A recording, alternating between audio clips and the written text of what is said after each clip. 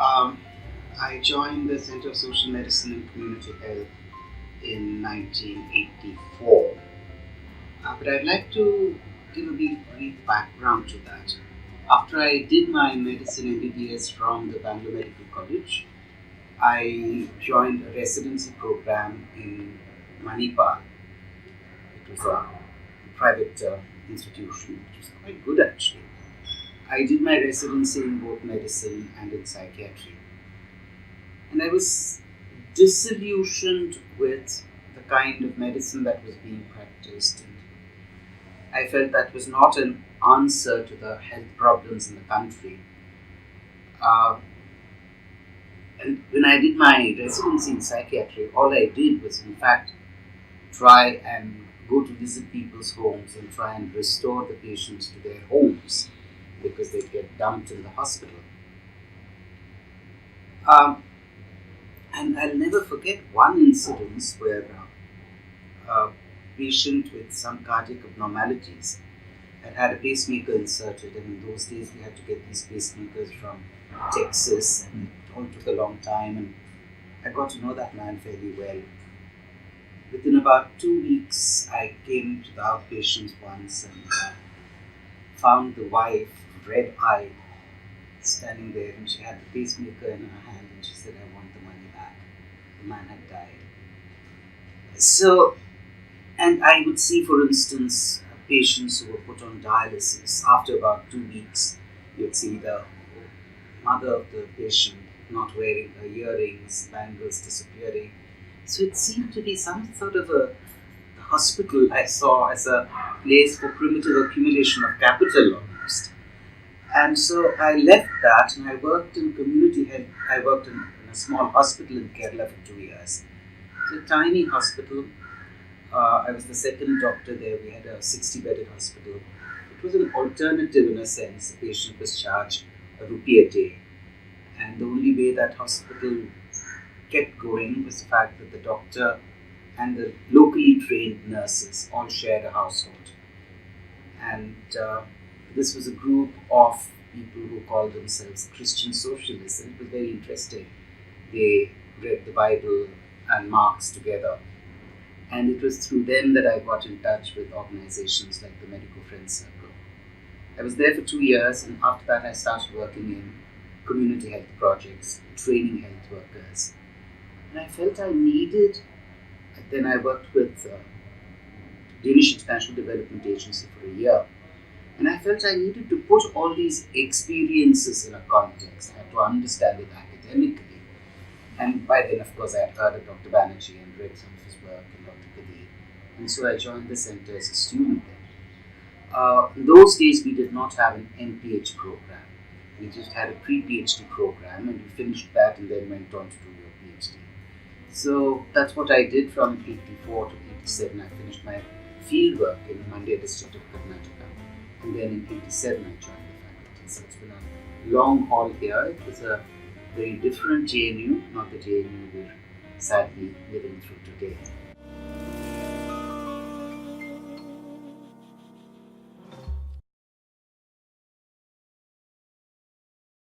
I first met Mohan Rao in 1986. I had joined the MPhil program. I was in the batch of 85 to 87. And we were down campus.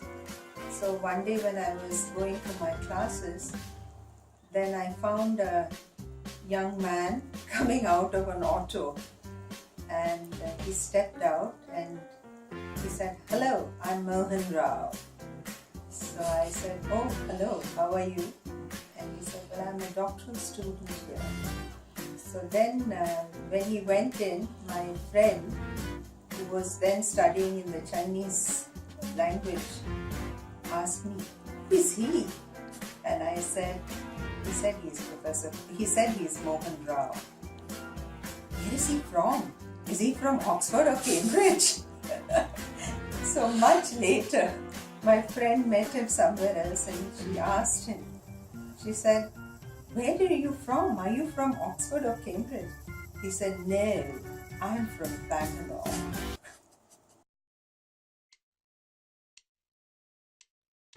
Well, Mohan and I go back a long time. We were both teenagers in Bangalore. So he was a party friend, I should say, in the early 70s. But I can tell you he was a very obstinate student, and he fought for what he wanted to do. That was one thing that I think made us friends. Mohan, since I virtually 30 years now, since I first joined JNU, I was an MA student, and we became friends and became better friends afterwards. He knew my friend Ritu's family, and we were just teasing him. Ritu used to tease him and say that your mother-in-law is the best cook ever.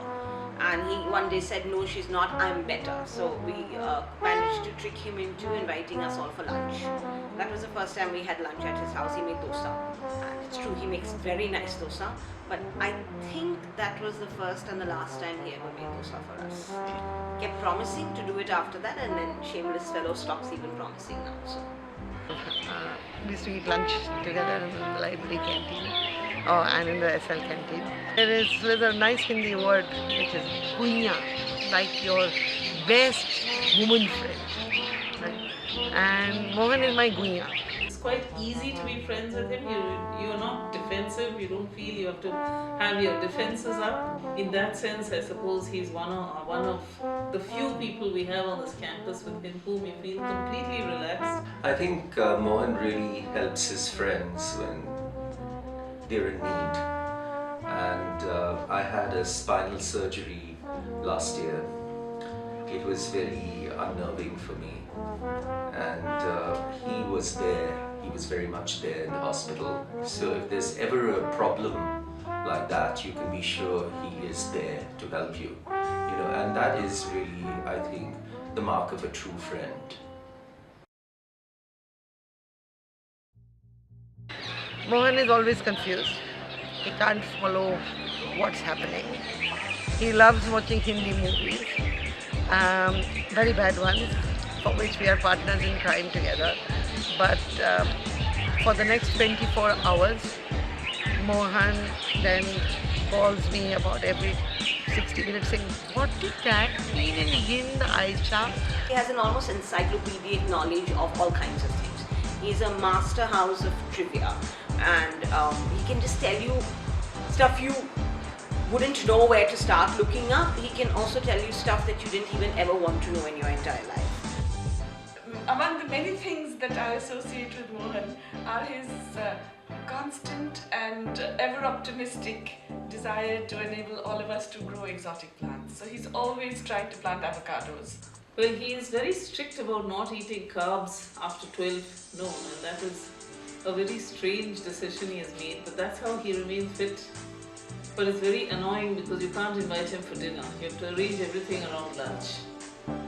He had, I don't know if you remember, but he had this ponytail which he used to dye, and he claims he started coloring it because Ritu told him to color it, and he had it for many years.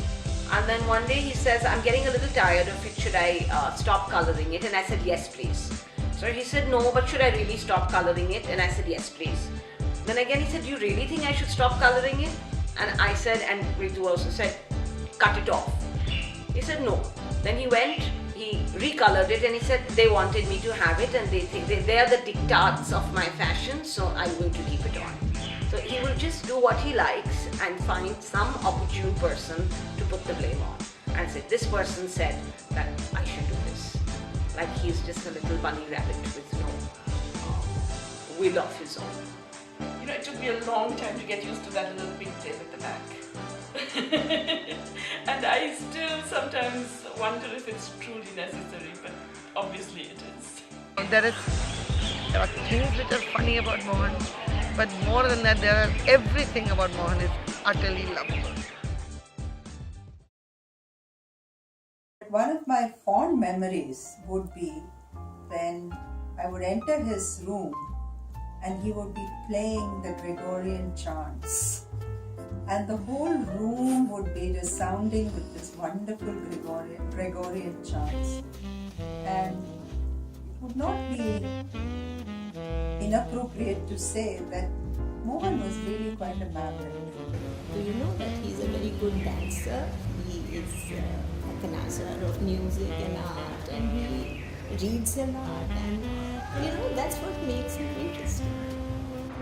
He also has an incredible zest for life in so many ways, whether it's to do with food or with travel or with new experiences. And not only will he enjoy these to the fullest, but he'll make sure you know all about it, like in painful detail sometimes. He can write about it on Facebook, which I sometimes think was invented for people like Mohan, or he can sit and just talk about it to someone for hours.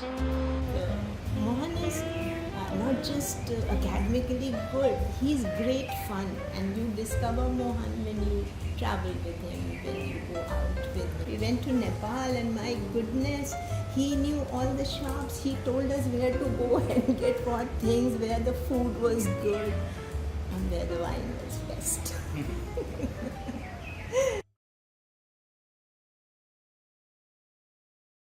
Mohan is deeply political in a way that subsumes personal, social, and public life, and I think that's really what politics should be.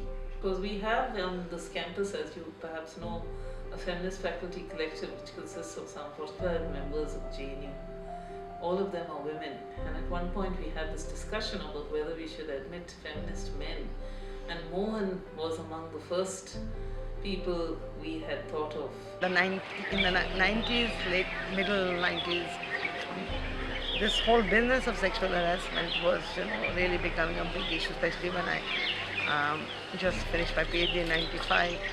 And Anya Lumba, Mohan Rao, Farida Khan, we were all, and School of Languages canteen was where we used to eat, and this was a constant topic of conversation. And so there were, I don't know how many conversations Mohan has been part of, where we are discussing how to get more men to support the demand for GSCASH. And now, these 20 years later, we're in a situation where we've lost it, right? And we've also lost, I think, a large number of the faculty that saw the importance of a mechanism. So that we feel that while there is greater mourning for GSCASH, the energy and the will to, we are knocked down, but to stand up and fight again. I think people like Mohan, people like Anya, Madhu, our friend Ritu Jairas who passed, that this campus really misses that a lot. So that struggle was an intense struggle. And it was made really the fact that it wasn't a bunch of hysterical screaming women feminists, right? That there was one non-screaming, ponytailed with a little red ponytail man who actually didn't even think that there was an issue, that why he should not feel so passionately about it. And I have to say that during the February 16 events, which were so traumatic, and we had organized nationalism lectures, Mohan was one of the most regular attendees. We almost came to the point of giving him an attendance certificate. A couple of summers ago, you stayed with me for a week in Heidelberg, and I discovered that my early impressions of you were also true. You are indeed a very gentle soul. Later that year, after giving me a sumptuous feast in your flat in JNU, you said something to me that I will never forget. That you were a vegetarian by birth, but a meat eater for political reasons. Mohan has this incredible ability to make the political personal. And in that is mixed loyalty and love for friends, the desire for good gossip, to have food, right? To shout a few slogans.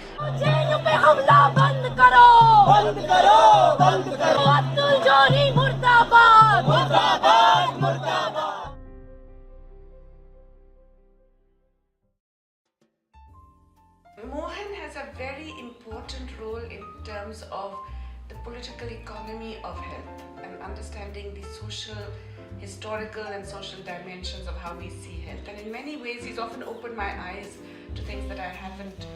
You know, as economists, we often tend to be somewhat superficial, and we look at aggregate data and we therefore say, okay, it's like this.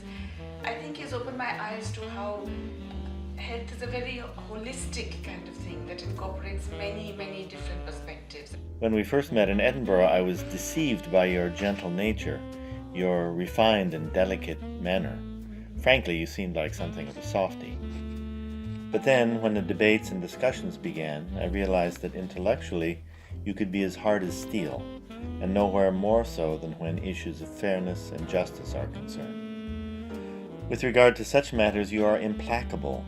Your arguments are not only persuasive, they are also backed with an amazing control of the relevant facts. I admire that very much. Mohan, I so wish I could be there today to celebrate your wonderful career at the Center and JNU. By chance, I received advance notice of 2 awards that are coming your way. Both are an attempt to set the historical record straight after the UN gave Indira Gandhi its Population Award in 1983 in a long-standing travesty of justice. The first is the Radical Award in Population Studies, or RAPS. It's awarded to Dr. Mohan Rao on the occasion of his retirement, March 2018, in honor of his brilliant takedown of Malthus and his followers in India and around the world, and his steadfast defense of health and human rights for all. The second is the He Rocks Award, given to you for being such a R for Renaissance man, O for outspoken advocate, C for courageous foe of fundamentalisms, K for keeper of the truth, S for scholar extraordinaire. Your work rocks on. Awards aside, the main thing I want to say to you is thank you so much for being such an incredible friend and inspiring mentor these many years. It is an honor to know you.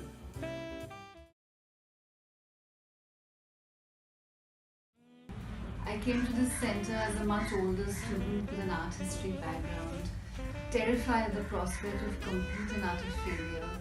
And then I got Professor Rao as my guide, and he taught me that no knowledge is ever useless, and that you could read a piece of fiction or admire a work of art and use it in whatever it is that you're examining. Initially, it wasn't easy for me because I was kind of scared to approach Professor Mohan Rao because he had all this aura of being intellectual, and people had kind of put in thoughts in my head that he's going to be very tough and all of that. But I think that scary feeling gradually disappeared when I started interacting with him. I realized that he's such a warm person. He's so accommodative, a very kind and a very generous human being. And that kind of made it very easy.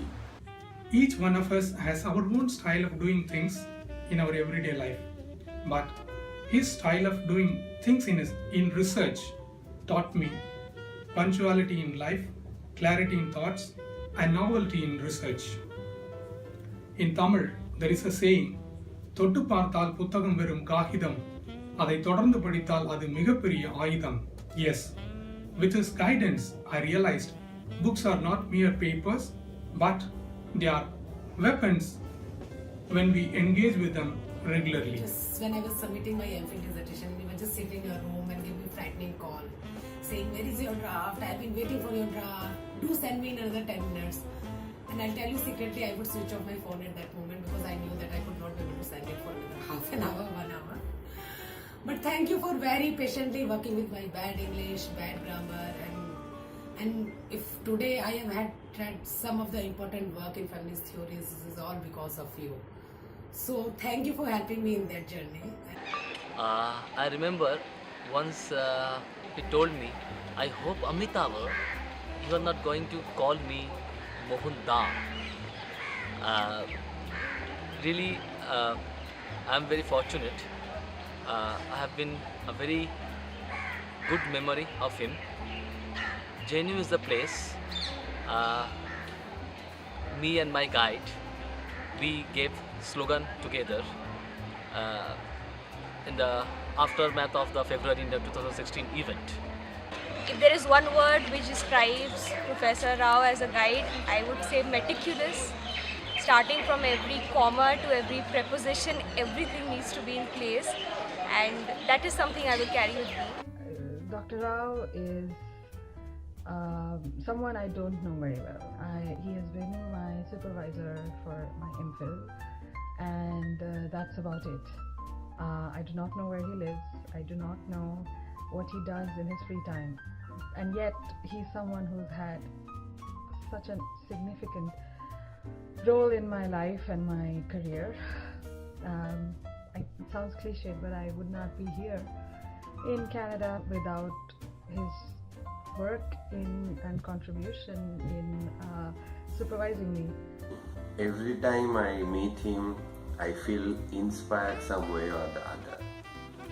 So many ways he has touched my life.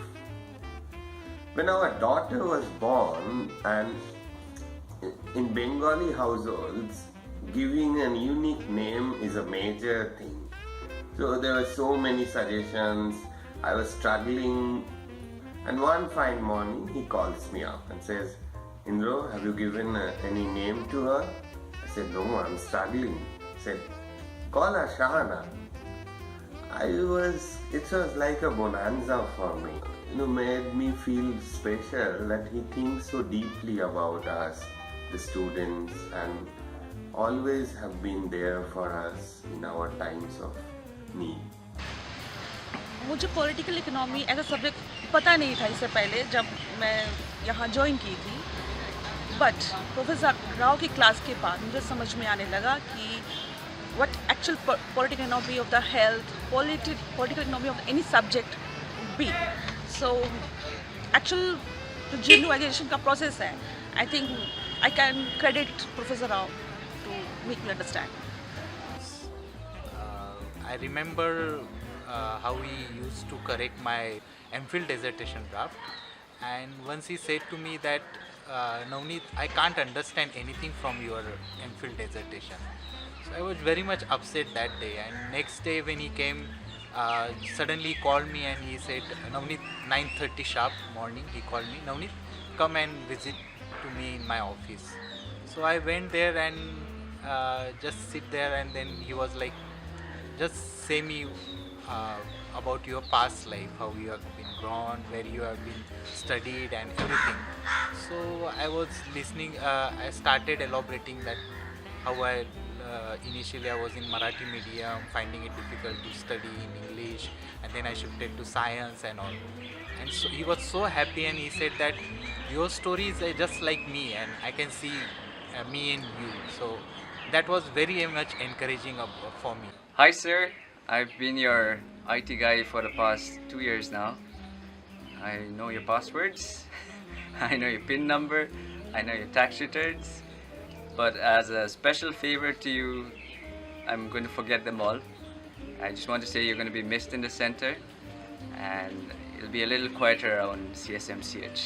Hi sir, whenever I think of Mohan Rao sir, I think of him as a person who is a deadly combination of intellect and glamour.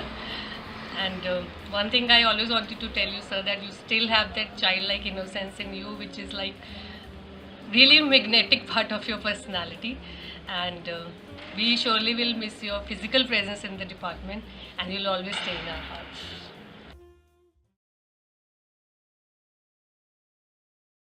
Nietzsche in his untimely meditation writes, your true educators and cultivators will reveal to you the original sense and the basic stuff of your being.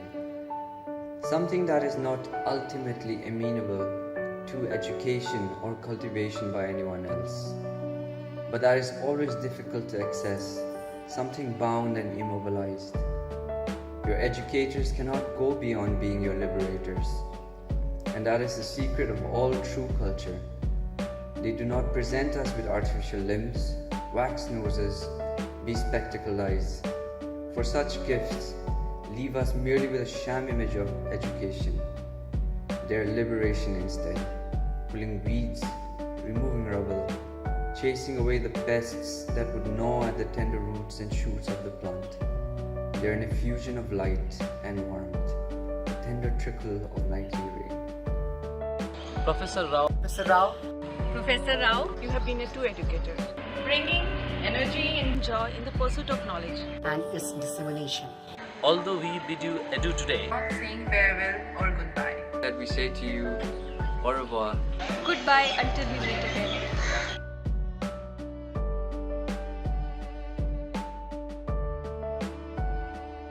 Mohan, this is Roger from Edinburgh. I have to say, I can't imagine JNU Centre without you. You've always been there in my mind, and I would always expect to find you round the corner if I come and visit. For me, it's very strange that Mohan is retiring because I don't see him as retiring. Neither I see myself as retired, nor do I see Mohan as retiring. He will continue his work wherever he is, and I think it is for the centre to ensure that there is never a gap, and that kind of person, that kind of contribution, or should I say that kind of persons continue to be reproduced by the centre. You're not going to retire, Mohan. I hope you will write all that you would have liked to write while not having found the time to do so, and that you will continue to interact with young people, not just in public health, but in the finer views of life. Hey Mohan, you have always kept our spirits up, no matter what happens, so keep your own up as well. But yes, what I will miss is the endless stream of information about this art exhibition, that art exhibition, discussions on books, and the 7 o'clock to 8:30 drinks and conversation. So I will miss him terribly, and I will do my damnedest to break this Bangalore and him as soon as possible. Mohan, don't go, and remember that if you go, then OTPs and everything are now entirely your business, and I'll never ever be able to walk into somebody's house without thinking and use the bathroom, and you know what I'm talking about. So that's all I have to say, Mohan. Remember, I'm angry with you now. Okay, Mohan, we're going to really miss you, and but I'm looking forward to my own retirement and to us meeting again in the place where it all began. A personal message for Mohan, I would say chill out. Mohan, I love you. Sir, that's enough.